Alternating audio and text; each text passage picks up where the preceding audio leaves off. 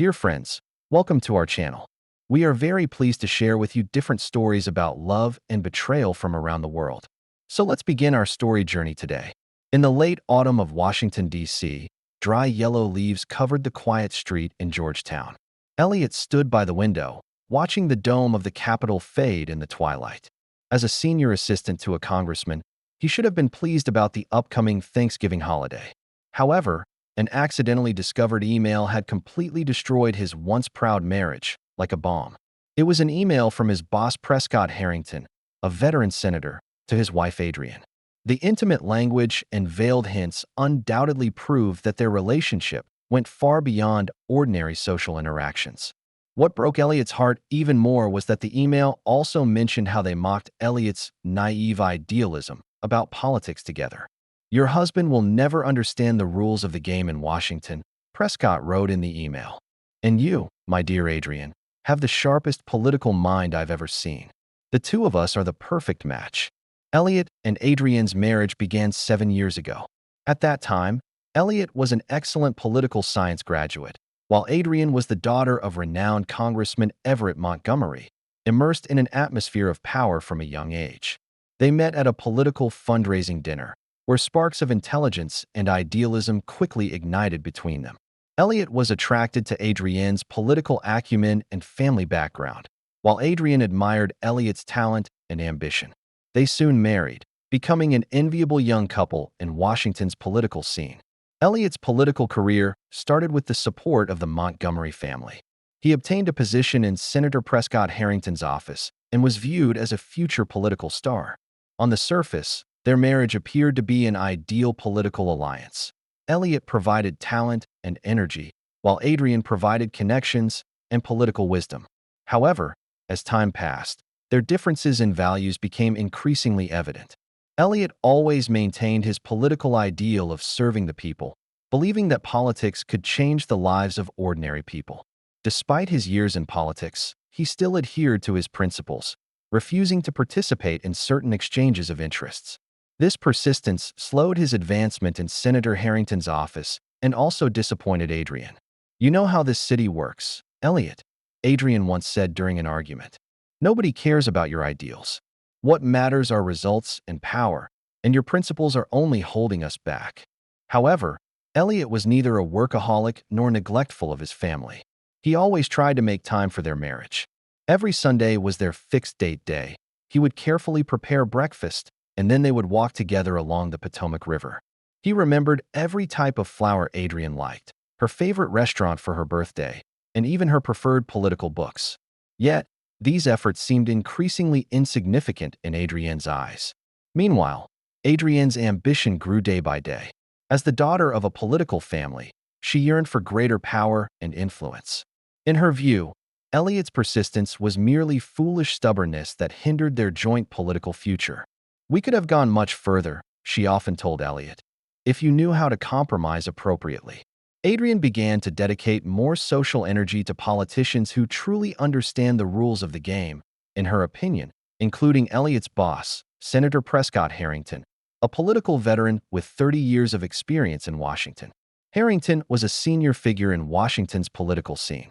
In his 60s, he still maintained impressive vitality and ambition. Outwardly kind and gentle, but privately a ruthless power player who excelled at exploiting various relationships for his own benefit. He superficially praised Elliot's talent, but privately saw him as a political stumbling block because Elliot's integrity and transparency initiatives might threaten Harrington's carefully constructed network of interests. When Harrington noticed the ideological differences between Adrienne and her husband, he immediately saw an opportunity. He began frequently inviting Adrienne to various important social events, skillfully excluding Elliot. "Senator Harrington needs my help contacting several key people at tomorrow night's private dinner," Adrienne often explained her absence. "This will benefit your career development too, dear." At first, Elliot didn't notice these changes. He devoted all his energy to drafting a bill on political transparency, believing it would be the turning point in his career.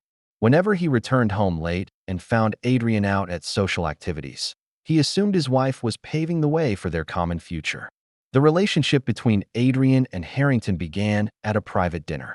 That night, Harrington explained to her in detail how power really worked in Washington, hinting that without the right relationships, Elliot's political career would never advance. "Your husband is a talented man," Harrington said, "but he doesn't understand that in this city, talent is just a foot in the door. To enter the true center of power, what's needed are compromises and exchanges. And you, Adrian, were born understanding this." These words deeply attracted Adrian. In the following months, her contact with Harrington became increasingly frequent, and their relationship quickly intensified from political discussions to private dates. Harrington not only gave her the opportunity to access the core of power, but also made her feel the satisfaction of being truly understood. Unlike Elliot's idealism, Harrington's realism and desire for power control aligned more with Adrienne's understanding of politics. "We are the same kind of people, Adrian," Harrington said during a private meeting. "We understand the language of power, know how to get what we want in this city." 1 week before Thanksgiving, Elliot was preparing to submit his carefully prepared draft bill to Harrington. However, when he tried to log into his work email, he discovered that the password had been changed. The system prompted him to use his backup email to receive the reset link, which was the family email he shared with Adrian. It was in that family email that Elliot discovered numerous emails between Adrian and Harrington, many with intimate and ambiguous content. What shocked him more was finding an email from Harrington to a certain media reporter, which included a negative assessment of Elliot's workability and explicitly stated that he would block the transparency bill led by Elliot. This email had been forwarded from Adrienne's account. "Considering Mr. Elliot Miller's lack of experience in actual policy formulation, I must express serious concerns about the transparency bill he is leading," the email stated. "While his idealism is admirable, it often proves counterproductive in real politics. For the overall benefit of the committee and the party, I suggest suspending the advancement of this bill." Elliot felt a wave of dizziness. He had not only been betrayed by his wife, but she and her lover had conspired to block his professional development. He decided to confront Adrian during Thanksgiving dinner, when all her family would be present. On Thanksgiving Day, Congressman Montgomery's house was brightly lit, with political figures gathering joyfully. As soon as Elliot entered, he saw that Harrington was also among the guests, conversing intimately with Adrienne's father, laughing and joking. Adrienne was nearby, elegantly greeting guests, her sophisticated makeup unable to hide the pride and ambition in her eyes. Before dinner, Elliot found a moment alone with Adrienne and calmly showed her the email evidence. "Is this your attitude toward our marriage?" Elliot asked, struggling to control the trembling in his voice. Adrienne's reaction was unexpected. Instead of apologizing or explaining, she accused Elliot of invading her privacy. "What right do you have to view my private emails?" she said sharply, with anger and a hint of panic in her eyes. "When I discovered you using our shared email to forward emails damaging to my professional reputation, I had ample reason to look," Elliot answered. "You don't understand, Elliot," Adrienne said, lowering her voice. "Prescott can bring us real opportunities. Your ridiculous idealism only keeps us stagnant. I did this for our future too." "Our future?" Elliot smiled bitterly. "It seems you've already decided your own future, and there's no place for me in it." Adrienne's expression turned cold. "You're always like this, Elliot. Never able to see the big picture, always bound by your outdated moral concepts. This is why you'll never truly succeed in Washington." Just then, Congressman Montgomery announced the beginning of dinner. Everyone gathered around the long table, apparently in harmony. Elliot noticed that Harrington sat next to Adrienne, occasionally exchanging knowing glances with her. When Congressman Montgomery proposed that everyone share what they were thankful for this year, Elliot suddenly stood up. In the surprised gaze of everyone, he calmly said, "I want to thank everyone present for making me understand a principle. In this city, loyalty and honesty are far scarcer than I imagined." His gaze moved from Adrian to Harrington, then around the table to all the guests. "I especially want to thank my wife Adrienne and my respected boss, Senator Harrington, for letting me see my situation clearly." The room fell into dead silence. Adrienne's face instantly turned pale, while Harrington maintained the calm smile of a professional politician, as if everything was under control. "Elliot, what exactly are you saying?" Congressman Montgomery broke the silence, with a warning tone in his voice. Elliot didn't answer directly, but took out his phone from his pocket, pulled up screenshots of the emails, and handed the phone to Congressman Montgomery. As the old man read the email contents, his expression changed from confusion to shock, and finally to suppressed anger. "Is this true, Adrian?" His voice trembled with contained rage. Adrian stood up, her face full of anger and humiliation. Under everyone's gaze, she walked to Elliot and slapped him hard. "How dare you?" she screamed. "How dare you humiliate me like this in front of everyone? These are taken out of context." Elliot didn't retaliate, only wiped the blood from the corner of his mouth and calmly looked at this woman who had become a stranger to him. "No, Adrian, it was you and Harrington who betrayed me. Not just our marriage, but also the trust one had in you. This marriage is over." With that, he turned and left the dining room, leaving behind a table of stunned guests. Back home, Elliot quickly packed his essential personal belongings. He knew that staying in Washington would only keep him under others' control in this power game. He needed to start anew, to find himself again far from this suffocating political whirlpool. The next morning, when Adrian returned home, all she found were divorce papers on the dining table and a note left by Elliot. "I once loved you more than anything, but you chose power and betrayal. This is our endpoint." After leaving Washington, Elliot completely cut ties with his past. He moved to San Francisco on the West Coast, where he replanned his life. The first few months were extremely difficult. The shadow of betrayal and professional setbacks caused him to experience a low period. But Elliot soon realized that his political insight and Washington insider experience were valuable assets. He began accepting invitations as a political commentator, publishing analyses of current events in various media, and quickly gained a reputation for his unique insights and accurate predictions. 6 months later, Elliot founded his own policy consulting firm, focusing on providing strategic advice to like-minded politicians and organizations. His signature service was Ethical Politics: How to Achieve Political Goals Without Compromising Core Values. At the same time, Elliot began building his own intelligence network. He still maintained a few loyal friends in Washington, including veteran political reporter Julian, an investigative journalist who had long been suspicious of Senator Harrington. Through Julian and other channels, Elliot began collecting information about Senator Harrington and his political network, especially regarding potential corrupt behaviors and abuses of power. "This isn't revenge," Elliot told Julian. "It's justice. I'm just seeking the truth." But Julian knew this went far beyond merely seeking truth. He saw determination in Elliot's eyes, a cold and steady flame, far more dangerous than blind anger. On the West Coast, Elliot gradually established a new life and career. His company grew rapidly, with clients including several influential politicians, think tanks, and media institutions. His professional insight and strategic vision earned him respect in his new circle. On the surface, Elliot had moved past the pain of his past, but he never stopped collecting information that might be damaging to Harrington. Meanwhile, in Washington, Adrienne's life seemed to be going the way she had hoped, at least on the surface. With Harrington's support, she obtained a senior position in the Department of Energy and began building her own power base. She viewed her marriage to Elliot as a past mistake and threw herself completely into her new career and relationship with Harrington. However, as time passed, Adrienne gradually discovered that her relationship with Harrington was not as equal as she had imagined.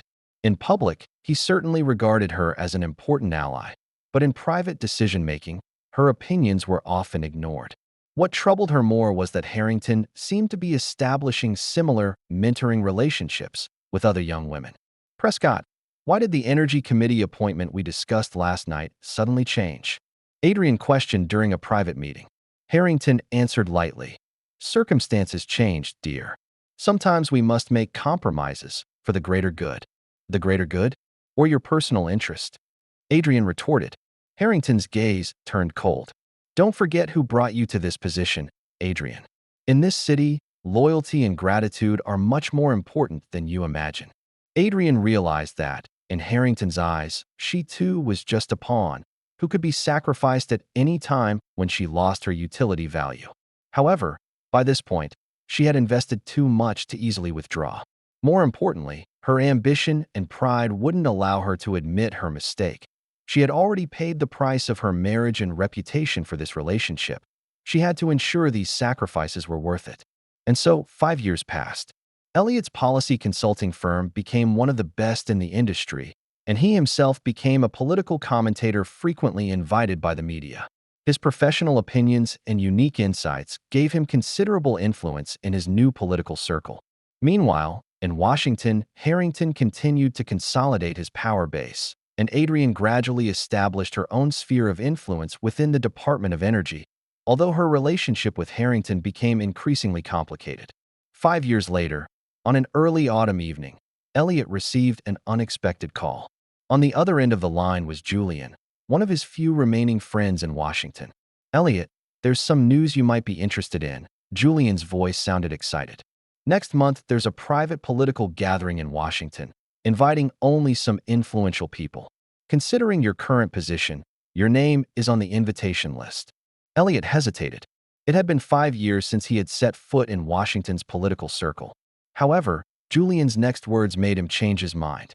"Senator Harrington has gotten into some trouble recently," Julian said, lowering his voice.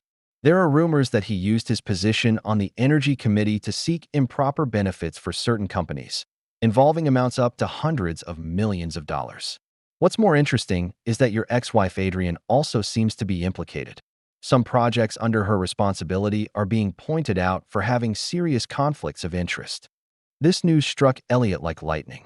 For 5 years, he had been quietly collecting information on Harrington's political and business dealings, but always lacked decisive evidence.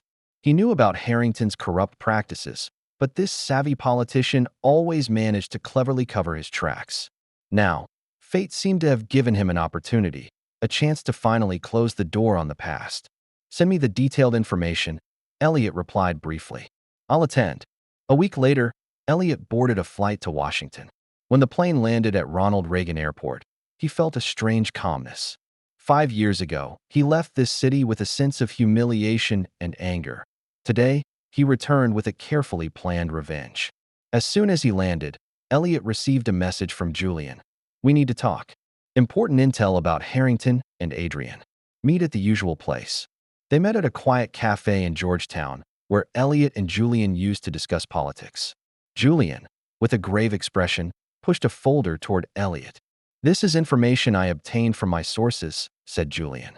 "Senator Harrington has been using his position on the Energy Committee to seek benefits for several energy companies, in exchange for huge political donations and personal favors.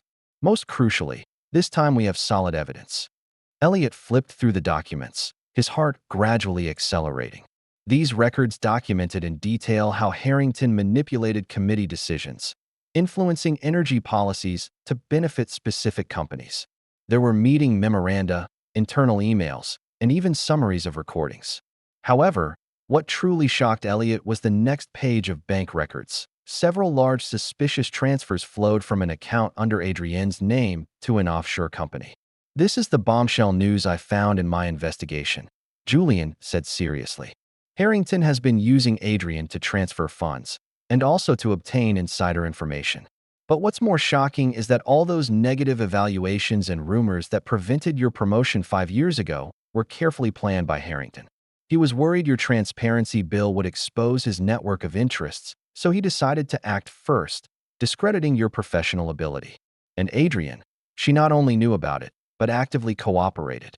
Julian handed Elliot a copy of an internal memorandum. "This is an internal document from Harrington's office from 5 years ago, detailing how to block your transparency bill and how to limit your career development.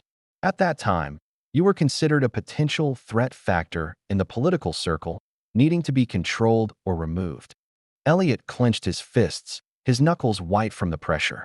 At that moment, 5 years of pent-up anger and pain seemed to find an outlet. However, his expression remained exceptionally calm, even with a hint of a cold smile. "Thank you, Julian," Elliot finally said, his voice calm and firm. "This is exactly the information I needed. Now, I need you to help me contact a few people." In the following days, Elliot began meticulously planning his revenge. As the founder of a policy consulting firm, he had extensive media and political connections. He first anonymously contacted several investigative reporters from major media outlets, providing leads about Senator Harrington's corrupt behavior, but skillfully avoiding direct evidence, guiding reporters to dig for themselves. "This isn't an ordinary political scandal," he told a trusted reporter. "It's about public interest and political integrity. You just need to follow the money trail." At the same time, Elliott also established contact with several key legislators from the opposition, suggesting that a major political scandal might be about to break, advising them to be prepared to strike. Elliott knew Washington's rules of the game well. Once the scent of blood spreads, political sharks will swarm, and no one will pass up the opportunity to tear into an opponent. He also hired a private investigation firm to dig deeper into Harrington's financial network. "I want to know the source and destination of every unidentified fund," Elliott instructed, "especially transactions related to Adrian Montgomery, at any cost." The night of the political gathering, Washington's most influential figures came together. Elliott deliberately arrived late to ensure his entrance would draw sufficient attention. When he entered the luxurious banquet hall, many people looked with surprise at this returnee. 5 years had changed Elliott. The former political idealist had now become a cool, confident strategist. His company's reputation in policy consulting had earned him respect from many, even those who once looked down on him. Adrian was the first to notice Elliott's arrival.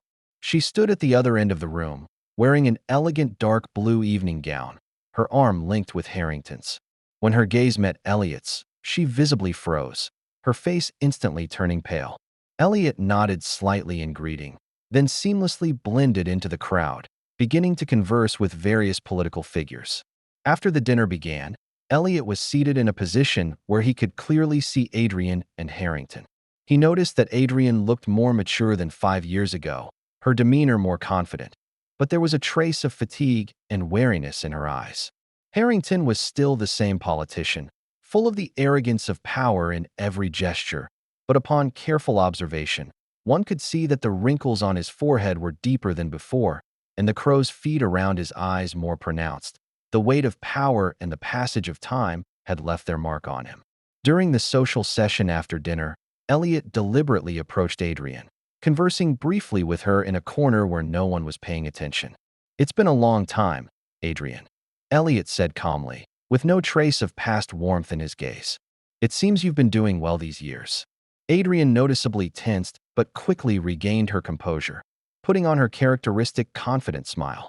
"Elliott, I didn't expect to see you here. I heard your company is very successful." "Yes, leaving Washington was the best decision for me," Elliott responded lightly, then lowered his voice to add, "By the way, you should check that offshore account in the Cayman Islands. I've heard the intensity of investigations into suspicious financial transactions has increased recently, especially those related to government officials." Adrienne's face instantly turned pale. "What are you talking about?" "Just a friendly reminder." Elliott smiled, though his gaze was cold as a blade. After all, Washington is a small place. Secrets are always difficult to keep forever, especially when certain people's desire for power exceeds their consideration for their own safety. Leaving these words, Elliott turned away and blended into the bustling crowd, leaving a stunned Adrian.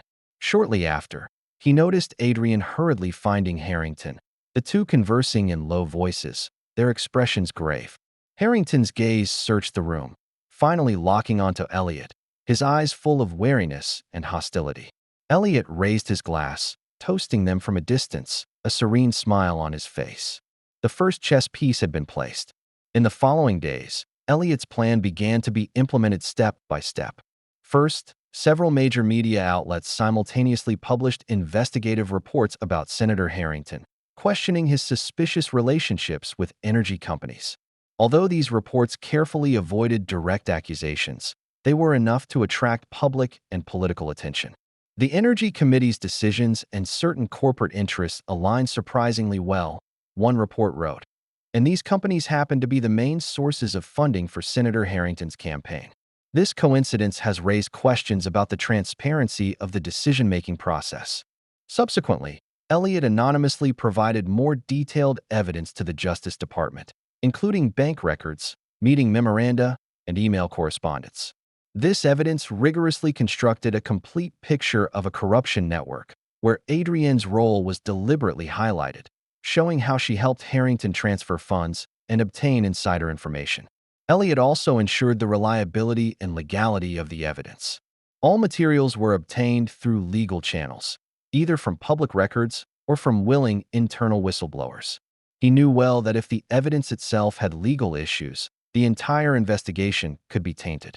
Meanwhile, Elliot continued to be active in Washington political circles, skillfully spreading doubts and speculations about Senator Harrington. "Have you noticed the recent decision pattern of the Energy Committee?" he would ask in private settings. "I feel there are some unusual factors at play." The storm came more fiercely than Elliot had expected.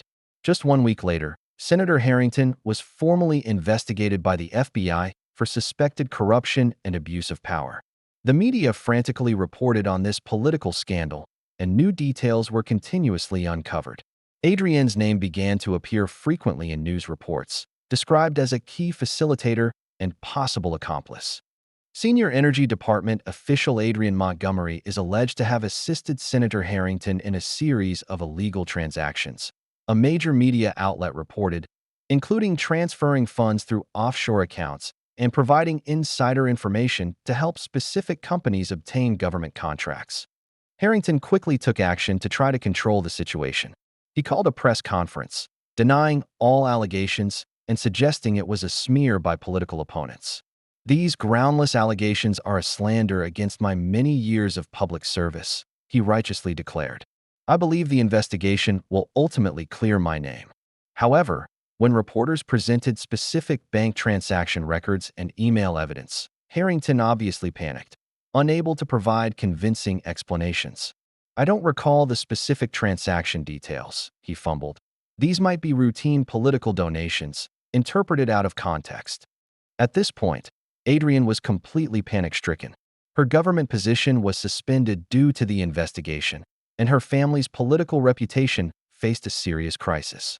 Worse still, her father, Congressman Montgomery, publicly distanced himself from her, issuing a statement saying he supports a thorough investigation, regardless of the outcome. In a private meeting, Adrienne confronted Harrington. "You said you would handle everything. Now we're both in trouble." Harrington coldly replied, "Don't worry, dear. I've seen many storms like this before. As long as we maintain a consistent narrative, persist in denial, eventually all this will pass." "But what about those bank records? The email evidence?" Adrienne pressed, fear in her voice. "They have solid evidence. All evidence can be questioned, all explanations can be accepted, as long as we persist," Harrington said calmly. But a hint of calculation had begun to appear in his eyes. "Of course, if things really get out of hand, we need to consider who will take the main responsibility. After all, in politics, sometimes some pawns need to be sacrificed to protect the king." Adrienne finally truly understood that in Harrington's game, she had always been just a dispensable pawn. She had abandoned her marriage and dignity for power and status, only to face the risk of being discarded at any time. Elliot watched all this coldly, but he didn't stop there. Through his policy consulting firm, he began providing targeted strategic advice to several opposition legislators, helping them capitalize on this scandal.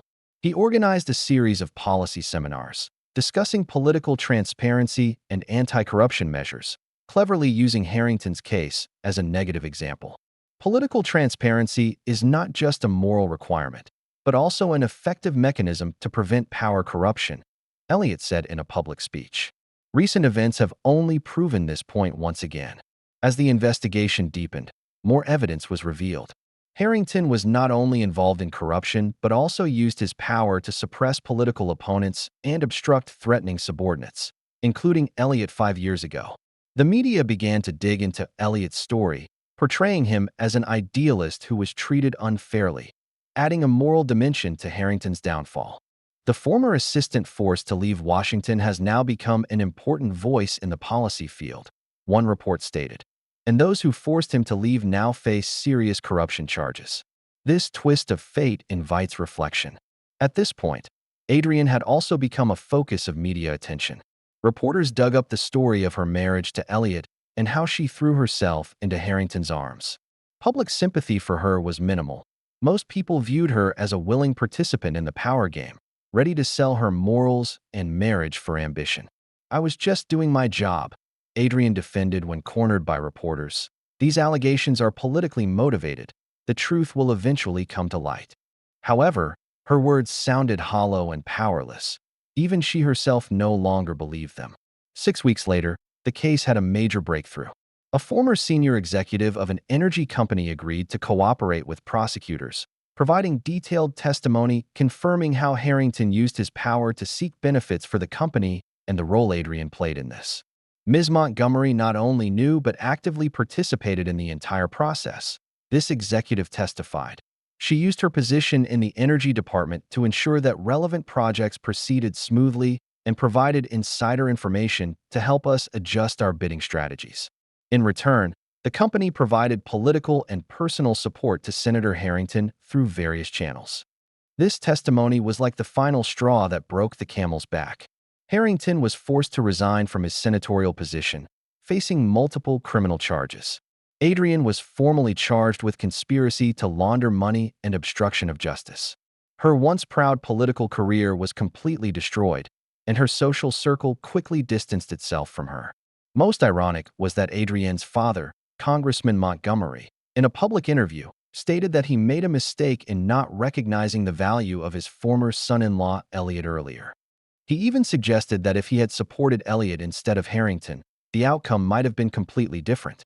"Mr. Miller always maintained his principles and integrity," Congressman Montgomery said, "and these qualities in Washington are obviously more precious than I imagined." 2 months after the scandal broke, Elliot's work in Washington came to an end, and he prepared to return to the West Coast.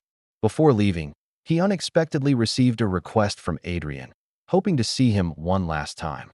Out of curiosity, Elliot agreed to meet. They met at an inconspicuous cafe. Adrian looked much more haggard, her polished appearance replaced by worry and fatigue. "Why did you do this, Elliot?" Adrian asked directly. "Was it for revenge?" Elliot looked at her calmly, with no anger in his gaze, only a calm determination.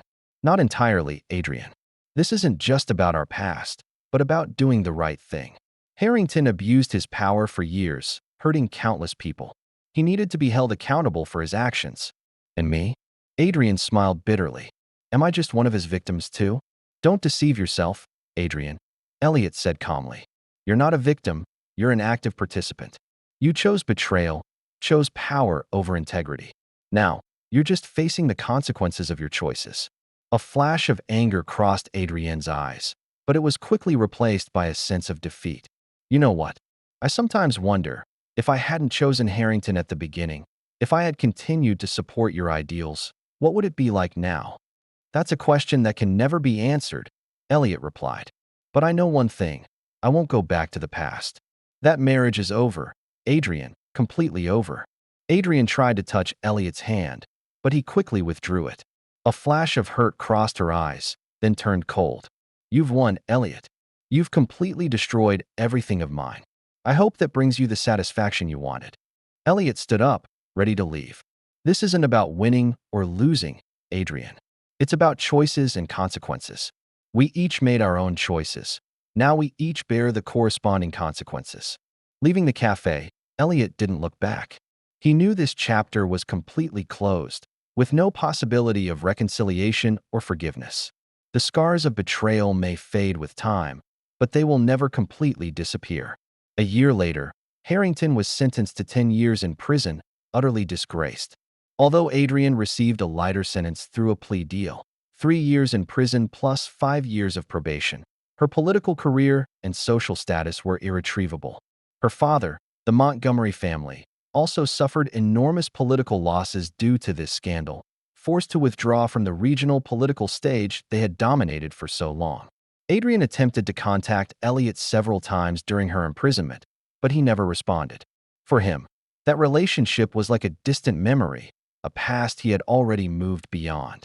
Meanwhile, Elliot's policy consulting firm gained fame for its accurate political insights and strategic advice, becoming an impossible-to-ignore force in Washington's political world. Many political rising stars eagerly sought his guidance, and his political idealism, once ridiculed, gradually came to be seen as valuable political capital. In a sense, Elliot achieved his original political aspirations, influencing policies, changing the system, just in a way he had never anticipated. His experience also gave him a deeper understanding of the nature of power. Power itself is not evil, but how it is used depends on the character and principles of the person who wields it. Harrington and Adrian chose to use power to seek personal gains and eventually reaped what they sowed, while Elliot chose to use his influence to promote positive change. And although the path was winding, he finally found his place. 2 years later, when a newly elected president invited Elliot to join the government, holding an important position, many considered it a perfect circle of destiny. However, Elliot made an unexpected decision. "I appreciate the president's trust, but I believe I can make a greater contribution from my current position," he explained in an interview. Sometimes, standing outside the system, we can see more clearly, speak more frankly, do more. Elliot understood that he had found his own way to influence politics, without needing traditional symbols of power to prove his worth. He had lost everything, but in the process of rebuilding, he discovered a more authentic and lasting success. And in Washington's political circles, the Miller case became a cautionary tale, reminding people that betrayal and corruption will finally have a price, no matter how cleverly hidden. Sometimes, the wheels of fate turn slowly, but they never stop. If this story has resonated with you, don't forget to like, share, and subscribe to our channel for more exciting content. We look forward to seeing you in another story.